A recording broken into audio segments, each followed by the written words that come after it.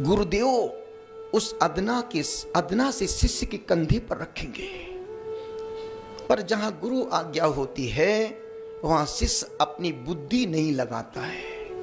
और जिन जिन शिष्यों ने अपने गुरु की आज्ञा में बुद्धि का उपयोग किया वो शिष्य भटक गए, और जिन शिष्यों ने गुरु आज्ञा को श्रद्धार किया, हृदय से स्वीकार किया, वो तर गए।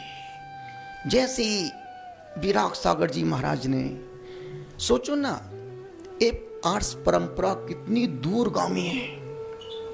अंकलिकर से प्रारंभ हुई, महावीर कीर्ति गुरुदेव, विमल सागर जी गुरुदेव, उनके शिष्य विराग सागर जी, और उन्होंने 2 दिन पहले ही अपने शिष्य को रिकॉर्डिंग कर दिया कि बेटा मेरा श्वास ठीक नहीं है, पता नहीं मेरी श्वास कब रुक जाए।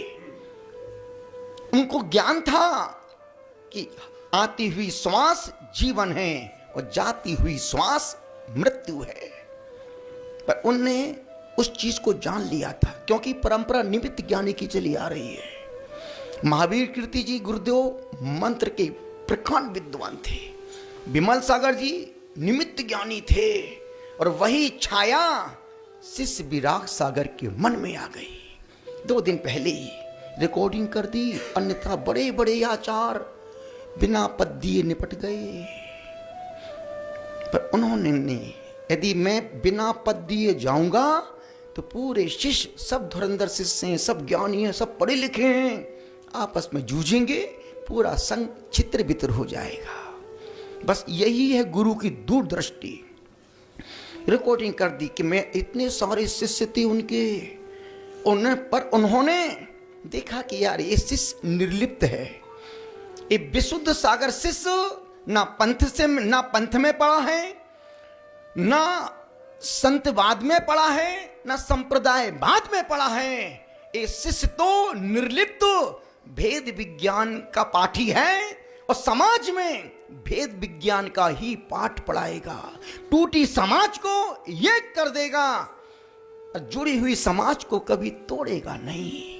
और संघ का निर्वहन करने की क्षमता इस छरहरे बदन के योग्यतम शिष्य के पास है।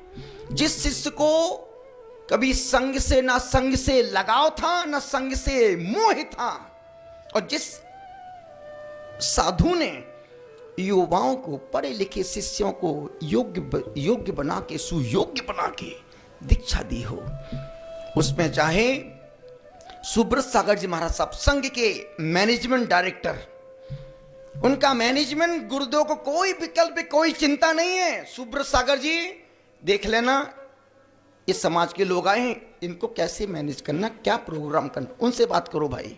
क्योंकि आचार्य के पास एक ऐसा शिष्य होता है जो संपूर्ण व्यवस्थाओं को अंजाम देता है।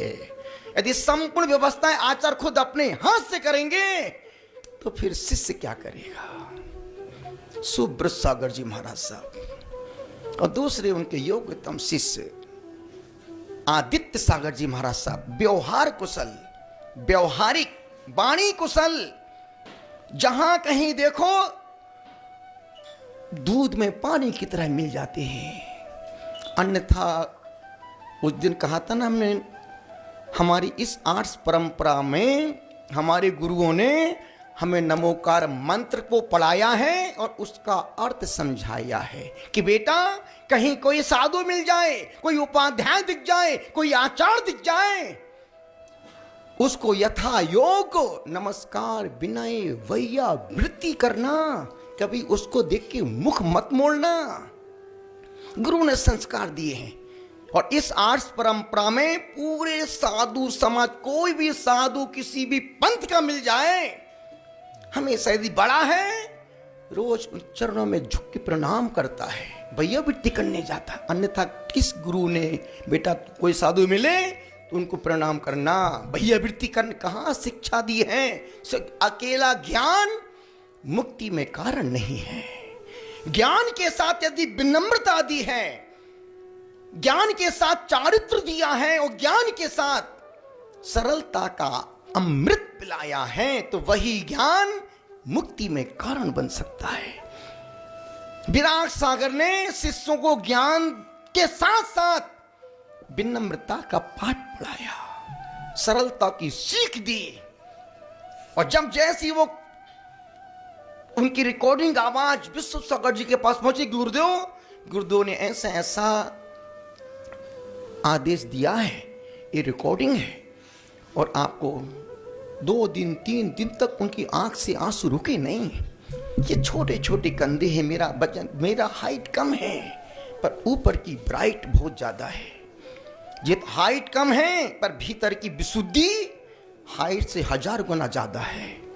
छोटा सा बच्चा आ जाए उसका भी हाथ पकड़ लेते हैं, कोई नौजवान आ जाए उससे भी अटखेलियां कर लेते ताकि उसका मार्ग प्रशस्त हो जाए। कोई बुजुर्ग आ जाए उनसे भेद विज्ञान की बात कर लेते हैं। जिनके पास बच्चों जैसी सरलता हो, युवाओं जैसा मन मस्त हो और बुजुर्गों जैसा प्रौणता हो, अब वो पद उनको जैसी सुना कि यार ऐसा सब गुरुदेव ने मुझे दिया, 3 दिन तक आंख से आंसू नहीं रुके कि छोटे छोटे कंधे हैं, मैं इतना बड़ा संघ का भार, मुझे आर्यकाओं से विरोध नहीं है, पर मेरे संग में एक भी दीक्षा उन्होंने अभी तक किसी बहन को नहीं दी, आर्यकाओं को नहीं दी, क्योंकि आर्यकाओं का दीक्षा देने का काम मेरे गुरुदेव विराग सागर जी कर रहे हैं। जब उन्होंने उसमें रिकॉर्ड, बेटा जो परंपरा है उस परंपरा का तदनुसार निर्वाहन करना, और शिष्य तो वही है जो गुरु की आज्ञा का अनुकरण, अनुसरण और आचमन करे। और उन्होंने बस निवेदन इतना सा कर रहा हूं, और वाकई में अनेक अनेक शिष्य, 400, 450, 500 शिष्य होने के बाद एक ही शिष्य का चुनाव किया। और आज देखो ना, इंदौर में पूरे एक गुरु के सारे शिष्य, ना 1000 किलोमीटर की दूरियां दिखी, ना 500 किलोमीटर की दूरियां दिखी, सिर्फ गुरु आज्ञा है। जिस दिन पट्टाचार महोत्सव हो, जितने गुरु के शिष्य गुरु भाई हैं सब इंदौर पहुंचना है, और सारे शिष्य इस भीषण गर्मी में इंदौर पहुंच गए। और आज इंदौर का वो माहौल देखो, सुमति धाम, पूरा इंदौर विराग सागर में, और पूरा देश पट्टाचार महोत्सव में हो गया।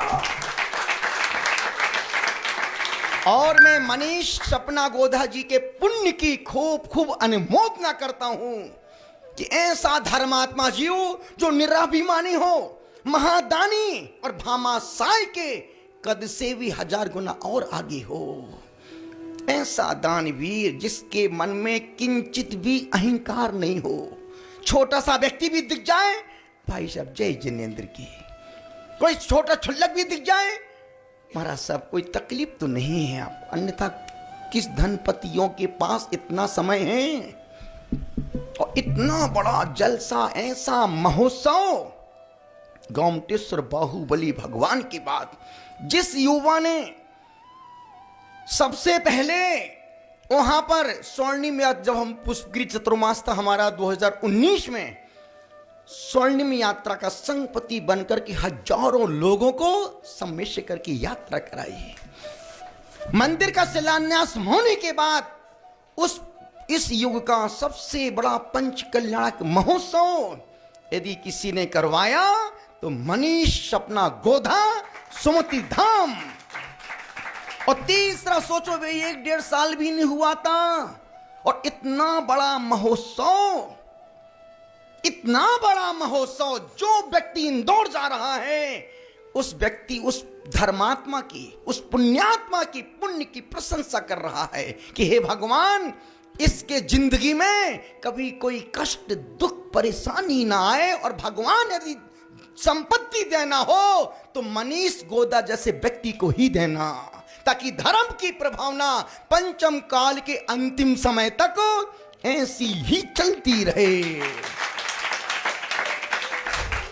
तो मैं पट्टाचार महोत्सव की इस पावन प्रसंग पर आचार्य श्री विशुद्ध सागर जी महाराज साहब की 3 परिक्रमा लगाते हुए सिद्ध भक्ति, श्रुद्ध भक्ति, आचार भक्ति सहित प्रणाम करते हुए खूब खूब अनुमोदना करता हूं। उनका संग सदैव वर्धमान रहे, और जिस प्रकार जिस चर्या का वो निर्वाहन कर रहे हैं, सदैव उस चर्या का निर्वहन इसी गति, इसी आनंद, इसी समय सार के साथ ही करते रहे। बोलो आचार्य श्री विशुद्ध सागर जी महाराज की, गुरुवर श्री पुष्पदंत सागर जी महाराज की।